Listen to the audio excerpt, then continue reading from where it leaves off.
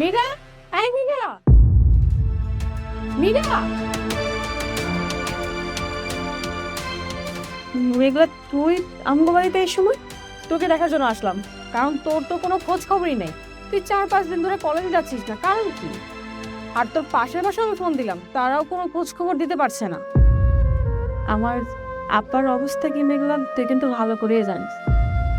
আমার কিন্তু বড় একটা ভাইও নেই যে আমাকে সংসারে হাল ধরেছে। আমার আব্বার এই অবস্থা, আমি কেমনে কলেজে যাব? আমার তো ইনকাম করতে হবে, তাই না? অনেক জায়গায় চেষ্টা করতেছি কামের জন্য, যাতে আব্বার একটু চিকিৎসা বাড়াইতে পারি। এই জন্য এই কলেজ লেখাপড়া আমার দ্বারা এখন কইব না। আমার এখন একটাই চিন্তা, আমার একটা কামের দিক। আমার আব্বা ঘরে অসুস্থ পড়ে আছে, আমার আম্মা কি করব? আমার আব্বা তো দেখাশোনা পর্যন্ত মানুষ দরকার।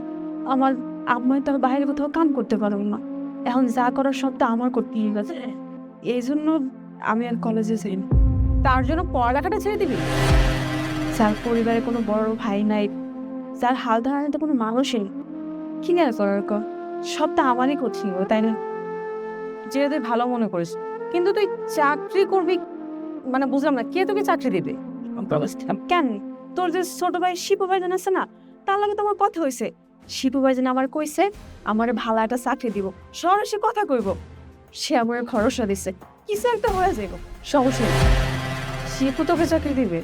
আচ্ছা, যাই হোক শোন, নিজের লেখাপড়াটা ছাড়িস না। আমি জানি তোর পরিবারে দেখার জন্য কেউ নেই তুই ছাড়া, আর আমার তোর উপরে বিশ্বাস আছে যে তুই তোর পরিবারটাকে দেখে রাখবি। কিন্তু নিজের ভবিষ্যতের কথাও চিন্তা কর। পড়ালেখা ছাড়া না সমাজে কোনো দাম নেই। এই যে পড়ালেখাটা কন্টিনিউ কর, দরকার হলে পার্ট টাইম জবের পাশাপাশি কলেজটাকে ছাড়িস না। সমস্যা নাই, চেষ্টা করে দেখবি। ঠিক আছে।